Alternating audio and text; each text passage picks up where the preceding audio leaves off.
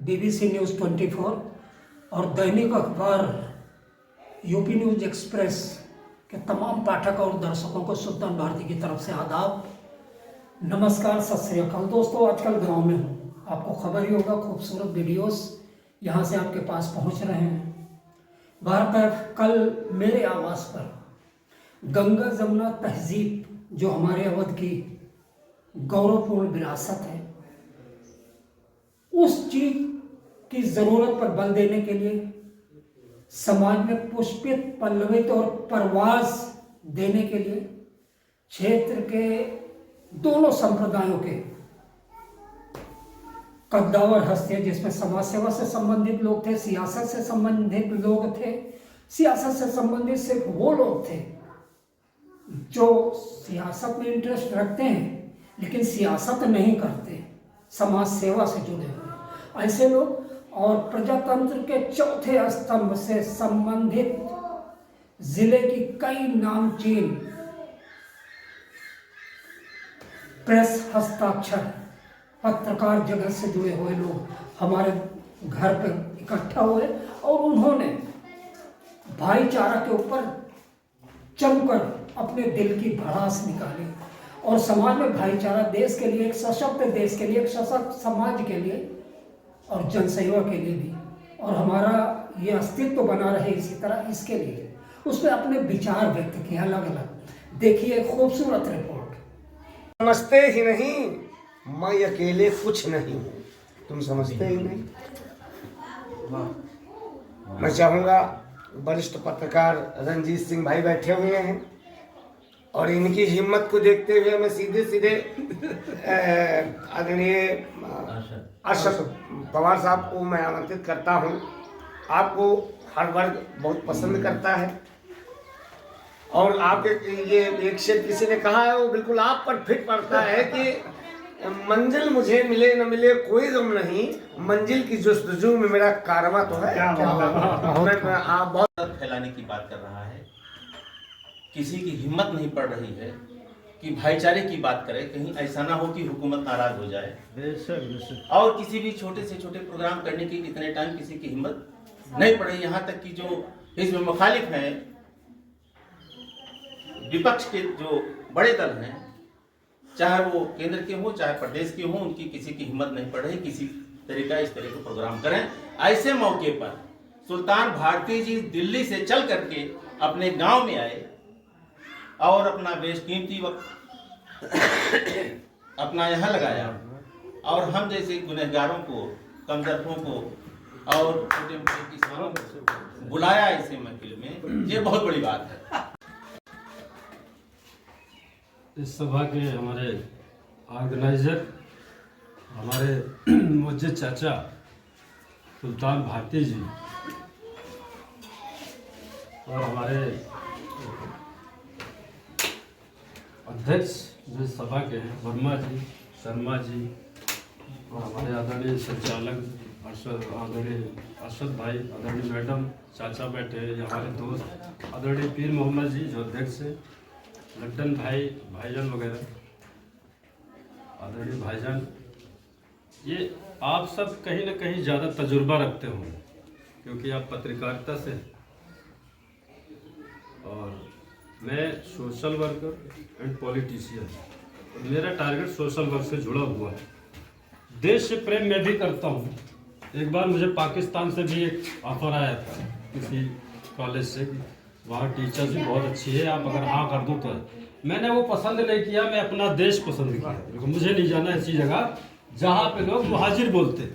मैं ऐसी जगह जाऊँ, मैं इज्जत से फर्स्ट क्लास की जगह मिलेगी मुझे, मैं ऐसी जगह जाना चाहता हूँ। दूसरी बात, अभी जो सब्जेक्ट दिया गया है भाईचारे का, मैं यहाँ पे अगर पढ़ाई भी किया हूँ, मेरे दोस्त मोहम्मदन भी हैं, हिंदू, ठाकुर, पंडित, सारे लोग, वहाँ ऐसा कुछ नहीं समझ में आया। जो गंगा जमुनी तहजीब जो आज याद की जा रही, वो पहले था भी और आज भी है। लेकिन मैं सच्चाई बयान करना चाहता हूँ कि ये जो नफरत आ रही तो कहाँ से आ रही। मजहब कोई भी हो, मैंने थोड़ा सा दूसरे मजहब के दूसरे ग्रंथों की भी स्टडी की है। मैंने देखा कि चाहे वो इस्लाम धर्म हो चाहे वो गैर मजहब हो, सबने इंसानियत सिखाई, जो रिजल्ट आया वो सबने इंसानियत सिखाई। करता हूँ क्या बहुत बहुत धन्यवाद आपका। यहाँ पर उपस्थित सभी लोगों का मैं हार्दिक स्वागत करती हुई हूँ और सर को धन्यवाद देती हूँ जो सबने मुझे इसके लायक यहाँ समझा, बुलाया। जैसे कहते हैं एक गुलदस्ते के फूल होते हैं, कई होते हैं, उसमें से एक मुझे भी समझा। अभी सर ने सब लोग कह रहे हैं भाईचारे के मामले में। अरे भाई, हिंदू मुस्लिम तो बहुत दूर की बात है, जो सही बताया आप, जो वास्तविकता आज के जमाने जो है वास्तविकता, हिंदू मुस्लिम तभी बहुत दूर बात है। हम लोग हिंदू या मुस्लिम हैं। आजकल पहले के समय में अगर हमारे पड़ोसी भी आते थे, किराए रहते थे, तो लगता था हमारे घर पे हैं, कोई लगता था कि किराएदार हैं या फैमिली मेंबर हैं, ऐसा लगता था। लेकिन आज वो वक्त आ गया है, हमारे घर के ही लोग लगते हैं कि हमारे पराए हैं। वो कहते हैं कि हम क्यों करेंगे, हम क्यों जाएं। आज अपने ही रिश्तेदार अपने ही घरों हो गए हैं। ये अब जो आते हैं किराएदार, वो दूर बना रहते हैं कि हम तो इनसे ऊंचे हैं, हम इनके पास क्यों जाएं। तो वही कह रहे हैं भाईचारा तब तक नहीं होता जब तक हम आपस में सामंजस्य नहीं बनाएंगे। कहीं भी रहेंगे, चाहे गांव हो चाहे शहर हो, हम कहीं भी जाएंगे, जब तक आप आपस का नहीं तालमेल रखेंगे, कुछ नहीं होने वाला है। और रही बात धर्म की, धर्म इंसान की सोच पे होता है। कुछ छोटे छोटे लोग ऐसे होते हैं जो जिनकी विचारधाराएं बहुत गलत होती हैं, वो अपनी विचारधाराओं को इसमें डबल से ढकेल देते हैं, जिसके कारण लोगों में भेदभाव बना रहता है। और अब कोई व्यक्ति दूर नहीं रहना चाहता है, कहीं न कहीं सब साथ रहना चाहते हैं, लेकिन कुछ लोग मजबूरी के कारण दूर रहते हैं, न चाहते हुए भी दूर रहना पड़ता है। तो मेरा तो यही रहेगा कि सबसे बड़े इंसान अपना सुझाव रखे और लोगों से जो दूरियां बनाए हुआ है उसको आज समझ से रखे।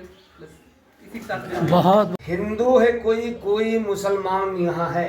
वाह, हिंदू है हिंदू है कोई मुसलमान यहाँ है। हैरान हूँ ये सोच के इंसान कहाँ है। अरे क्या बात है। आभार प्रकट करता हूँ।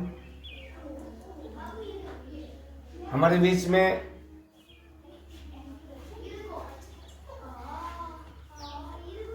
पत्रकार संघ के अध्यक्ष, तहसील अध्यक्ष बड़े भाई भोला मिश्रा जी हमारे बीच में हैं।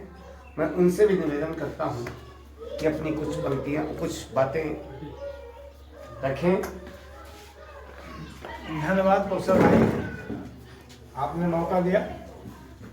और जिस तरह से हमारे सुल्तान भारती साहब हमारे अध्यक्षता कर रहे शर्मा जी, आप लोगों ने मिलकर के जो एक व्यवस्था बनाई कि आज के समय में हम में आप में लगातार दूरियां बढ़ती जा रही हैं, हमारे आपके बीच समन्वय नहीं बन पा रहे हैं।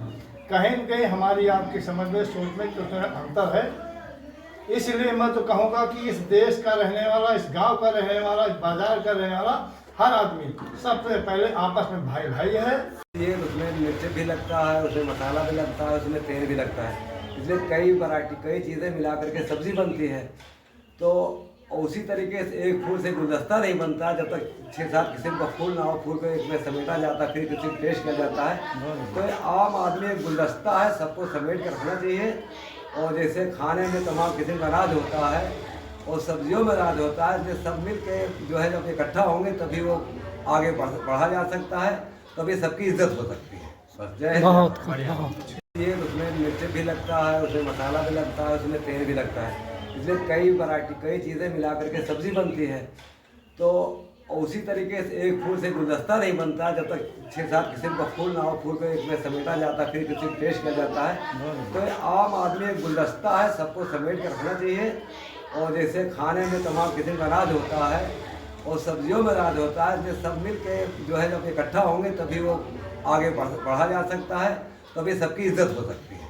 बस जय हिंद।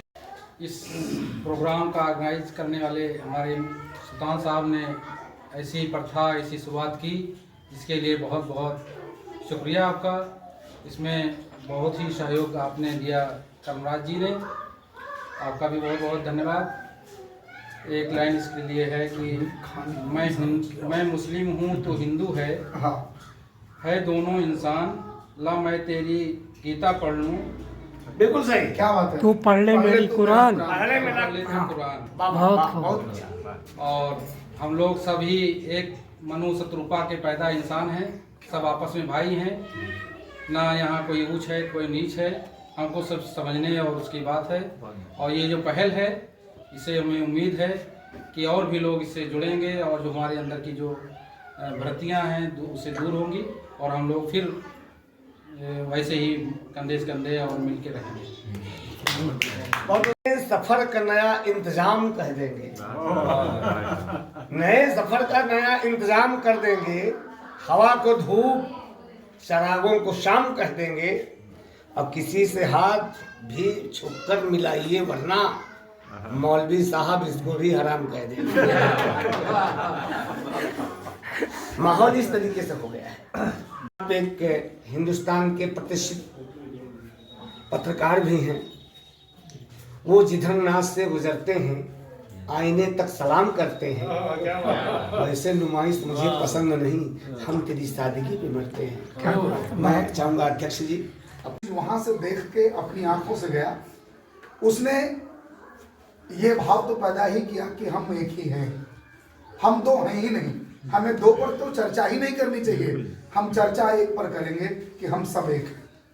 लेकिन बीच में जब कहीं कुछ ऐसी घटनाएं होती हैं तो मन द्रवित होता है और सोचने पर विवश करता है।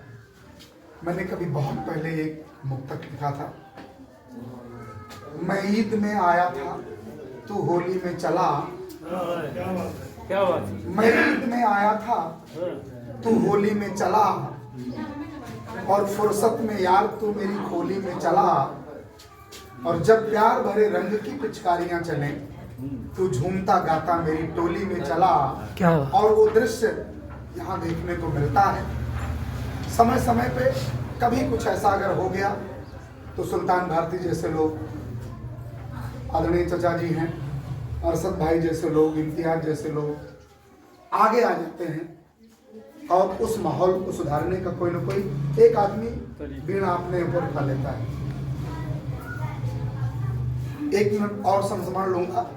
फोनिक मुलाकात थी सुल्तान भारती साहब से, लेकिन यह था कि मैं जब दिल्ली आऊंगा तो मैं मिलने जाऊंगा। मैं जब दिल्ली गया, आपसे मेरी फ़ोन पे बात हुई तो हमने कहा आप आ जाइए, तो आपका शब्द था कि भाई साहब 70 किलोमीटर दूर हैं आप मुझसे। आपको याद, आपने यही कहा कि आप मुझसे 70 किलोमीटर दूर हैं, बहुत समय लग जाएगा। हमने कहा आप इंतज़ार करिए, मैं आ रहा हूँ। मेरे लिए 70 किलोमीटर बहुत मायने नहीं रखता।